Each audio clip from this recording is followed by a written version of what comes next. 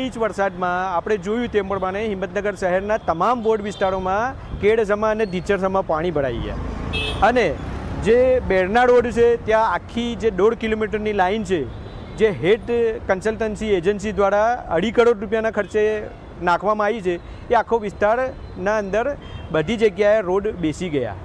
એવી જ રીતના અત્યારે હાલ જે મહાવીરનગર વિસ્તાર હોય, ગાયત્રી મંદિર રોડ છે, જે બાજુમાં જ વૈશાલી ગ્રાઉન્ડ છે અથવા મોટીપુરા બાયપાસ ઉપર છે, દરેક જગ્યાએ કેડસમા પાણી ભરાઈ ગયા, જે ભારતીય જનતા પાર્ટીની નિષ્ફળતા બતાવે છે।